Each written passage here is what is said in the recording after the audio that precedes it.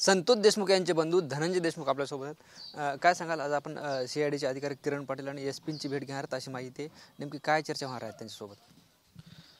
मागील 2 दिवसापासून जे CCTV फुटेज समोर आलेले आहेत प्रसारमाध्यमाद्वारे, ज्या CCTV फुटेजद्वारे सगळ्या गोष्टी पुढे आलेल्या आहेत, त्या गोष्टी तपासात घेतलेल्या आहेत का, त्या न्यायालयात आलेल्या आहेत का, या संदर्भात आम्ही ज्या SITच्या अधिकारी आहेत किरण मॅडम पाटील त्यांची आणि SP साहेबांची भेट घेणार आहोत आणि त्यांच्याशी चर्चा करणार आहोत. साधारणपणे ही किती वाजता भेट होईल? तुम्ही त्यांना काय अधिकची माहिती देणार आहात का? जे आमच्याकडे माहिती आहे ते आम्ही त्याच्याविषयी चर्चा करणार आहेत. बऱ्याचशा गोष्टी आता बाहेर येताना दिसत आहेत. जे घटनाक्रम झालता त्या दिवशीपासूनच्या 15 दिवसाचे सगळे CCTV फुटेज सगळ्या जागेवरचे समोर आलेले आहेत. त्या संदर्भात चर्चा करणार आहोत आणि जे आम्ही आंदोलनानंतर जी मागणी केली होती त्याचा कुठं विचार झाला आहे का, त्याची काही चौकशी झाली आहे का, ते आम्ही माहिती करून घेण्याचा आज प्रयत्न करणार आहोत. त्यांनी दुपारची वेळ दिलेली आहे आम्हाला, दुपारून ते येतील. तुमच्याकडे किती CCTV फुटेज आहेत आता? आपल्याकडं म्हणण्यापेक्षा जे घटनाक्रम आहे त्या दिवशीचे 6 तारखेचे आहेत, 9 तारखेचे आहेत. हे CCTV फुटेज त्यांना पण हस्तगत केलेले आहेत CID ऑफिसरनी. त्या संदर्भात आम्ही चर्चा करणार आहोत. 6 डिसेंबरचे आवादा कंपनीच्या परिसरात जो वाद झाला होता त्याचे, आणि 9 डिसेंबरचे कोणते आहेत नेमके? हत्या ज्या दिवशी तुमचे बंधू त्यांची हत्या झाली त्या दिवशीचे? त्या दिवशीचे काही पोलीस स्टेशनमधले वगैरे, आणि त्या संदर्भात आम्ही त्यांच्याशी चर्चा करणार आहोत. वाल्मिक कराड यांना जे आहे ते काल 14 दिवसाची न्यायालयीन कोठडी सुनावण्यात आली होती, मात्र आज त्यांच्या जामीन अर्जावर निर्णय होणार आहे केज न्यायालयात. आम्ही ते पण चर्चा करणार आहोत की या CCTV फुटेजचा काल न्यायालयीन म्हणजे सुनावणी झाली त्या दरम्यान कुठं उल्लेख झाला का, नाही झाला तर का झाला नाही, त्याचा विचार काही करण्यात आलेला आहे का तिथं, या संदर्भात आम्ही चर्चा करणार आहोत. म्हणजे एखाद्या वेळेस वाल्मिक कराड यांना जामीन मिळू शकतो किंवा मिळू शकत नाही, यावर तुम्हाला काय वाटतं? नाही, मिळाला नाही पाहिजे. सगळं हे अंडर ट्रायल चाललं पाहिजे. मिळण्याचा काही विषय नाही. अतिशय गंभीर स्वरूपाचा हा गुन्हा सगळा झालेला आहे. भयानक परिस्थिती निर्माण झालेली आहे. सगळं भीतीचं वातावरण आहे. त्यामुळे जामीनचा विचार पण केला नाही पाहिजे. खरं तर तुम्ही कधीच धनंजय मुंडे असतील, वाल्मिक कराड यांचं नाव घेतलं नाही, मात्र आपण जे राजकीय आरोप पाहतोय, अक्काचे आका म्हणून धनंजय मुंडेंना जे आहे ते एक नाव देण्यात आले. धनंजय मुंडे काल असं म्हणत की आरोपींना तात्काळ फाशी देण्यात यावी आणि हा संपूर्ण खटला जो आहे तो फास्ट ट्रॅक कोर्टात चालवण्यात यावा. पण त्याच्यासाठी काय केलं पाहिजे ह्याची पण भूमिका घेणं महत्त्वाचं आहे ना. देशमुख कुटुंबियाला न्याय मिळाला पाहिजे. जर आम्ही कुटुंब जर घरात बसलो असतो तर घरात न्याय आला नसता. आम्हाला रस्त्यावर उतरावं लागलं, आम्हाला मोर्चात जावं लागलं, आम्हाला आंदोलनात जावं लागलं, आम्हाला विविध ऑफिसमध्ये जावं लागलं. त्याशिवाय या प्रक्रियेमध्ये कसं येणार आपण? म्हणून फक्त भूमिका स्पष्ट करून नाही चालत, त्यासाठी विशेष प्रयत्न करणं गरजेचं आहे आणि ते केले पाहिजेत. म्हणजे धनंजय मुंडेंनी या प्रकरणात काय केलं पाहिजे असं तुम्हाला वाटतं, पीडित म्हणून? त्यांचा प्रश्न आहे तो. ते लोकप्रतिनिधी आहेत, ते त्यांचा प्रश्न आहे. आपण त्यांना सांगू शकत नाही, कारण आपल्या दुःखात जे सहभागी झालेले लोक आहेत त्यांना आपण हाक दिली नव्हती. ते दुःख बघून एक माणसाची हत्या झालेली, एक माणुसकीची हत्या झाली, ते बघून सगळे लोक या भूमिकेत उतरलेले आहेत. म्हणून तो अधिकार मला नाही, तो त्यांना ठरवायचा अधिकार आहे. खरं तर या सगळ्या प्रकरणाला 40-45 दिवस उलटलेत. काय धनंजय मुंडेंचा फोन, निरोप, कॉल आला होता? नाही, हे काही फोन नाही, कॉल नाही, काही नाही. ते जिल्ह्याचे महाराष्ट्राचे पण चांगले मोठे नेते आहेत. ते किती म्हणजे आपल्याला त्याच्या संदर्भात काही बोलायचंच नाही. कारण का जे इथं येणारे लोक आहेत, सर्वसामान्य असू द्या, लोकप्रतिनिधी असू द्या, विविध संघटनेचे असू द्या, ते लोक आपल्या कोणत्या भूमिकेत आहेत की आपल्याला न्याय भेटला पाहिजे, संतोषांना देशमुख यांना न्याय भेटला पाहिजे, कुटुंबाला न्याय भेटला पाहिजे, त्या भूमिकेत ते येत आहेत. मी त्याच्यावर बोलन, कारण ते लोक रोज या संदर्भात माहिती घेत आहेत, फॉलोअप घेत आहेत, न्याय कसा भेटेल याकडे वाटचाल करतायत, आणि त्यांच्यावर मी बोलेन की त्यांची भूमिका जी आहे ती न्यायाची भूमिका आहे. दुसरीकडे पंकजाताई मुंडे यांनी तुमच्या वहिनींना कॉल केला होता, सगळी परिस्थिती जाणून घेतली, मात्र तुमच्याकडून असं कळवण्यात आलं की आता परिस्थिती व्यवस्थित नाही आहे, आपण आता येऊ नये. परिस्थिती कधीच व्यवस्थित नाही आहे, कारण माणूस कधीच परत येणार नाही.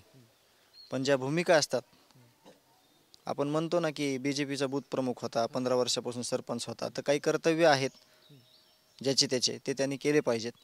आणि न्याय भेटल्याशिवाय याला काही अर्थ राहणार नाही. न्याय भेटण्यासाठी प्रत्येकानं याच्यात काय करता येईल हे बघितलं पाहिजे आणि तसं काम केलं पाहिजे.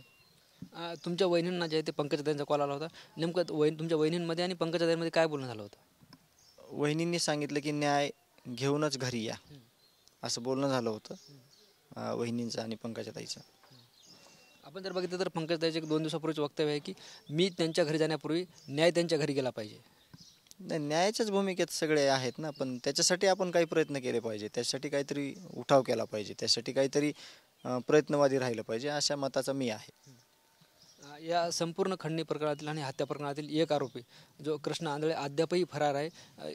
पोलीस असतील, SIT असतील, CID असतील, सर्व तपास करतात, मात्र तो मिळत नाही आहे. या संदर्भात आम्ही आज दुपारी चर्चा करणार आहोत. कारण का घटना घडल्यापासून 15 दिवस सगळे आरोपी इथंच CCTV फुटेज निघाले, त्यांचे इथंच असल्याचं निघाले. या हॉटेलवर जेवले, या टोल नाक्यातून गेले, इथं डिझेल भरलं या पंपावर. त्याच्यामुळे त्या संदर्भात गांभीर्यानं आम्ही त्यांच्यासोबत चर्चा करणार आहोत आणि त्याच्यातून काय निष्पन्न होतं आहे ते काय आम्हाला माहिती देतात याकडं आमचं लक्ष राहणार आहे. बरं, मला सांगा, तुम्हाला काय माहिती मिळाली की कृष्णा आंधळे या संपूर्ण प्रकरणातील किती महत्त्वाचा आरोपी आहे जो फरार आहे आता? सगळे गुन्हेगार आहेत ते 100 बडकर 1 आहेत आणि त्यांना अभय दिलंय पोलीस प्रशासनानं. कारण का ज्या दिवशीचा व्हिडिओ आलेला आहे 29 तारखेचा, त्या दिवशी हे सगळे आरोपी एका पक्षाच्या कार्यालयात बसतात, त्यांच्यासोबत मिटिंग घेतात.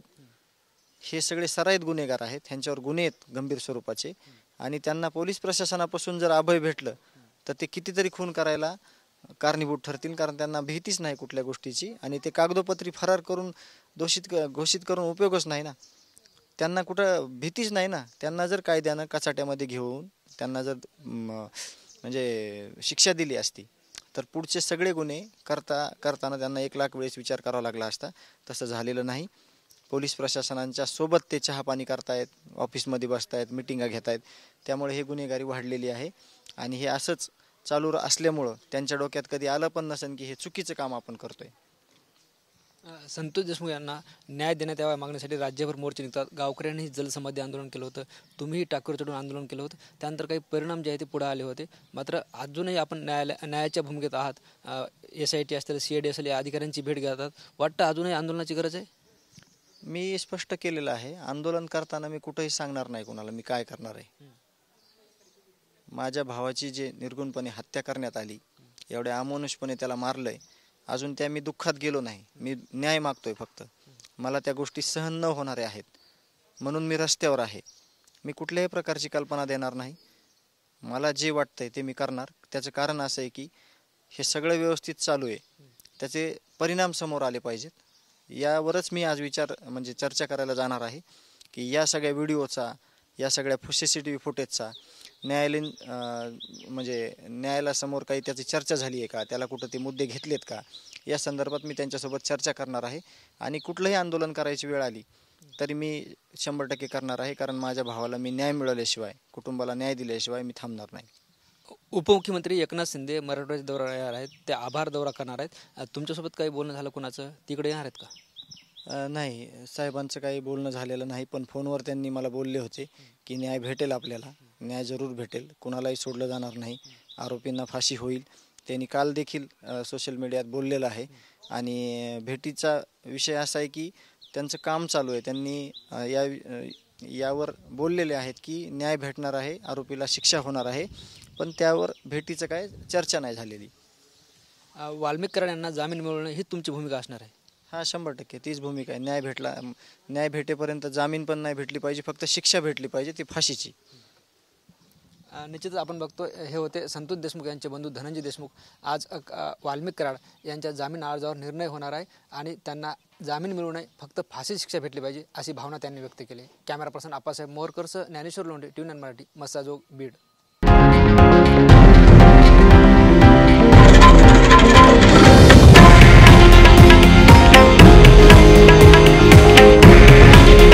हे आहे देशातील नंबर 1 न्यूज नेटवर्क आणि आपण पाहत आहात TV9 मराठी.